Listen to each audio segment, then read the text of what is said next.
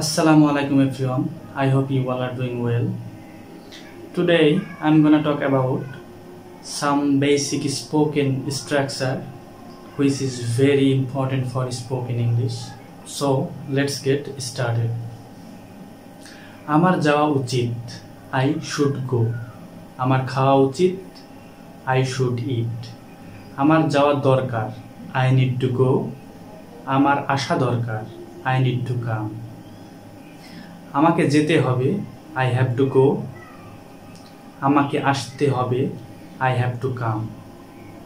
আমাকে যেতে হয়েছিল, I had to go. আমাকে আসতে হয়েছিল, I had to come.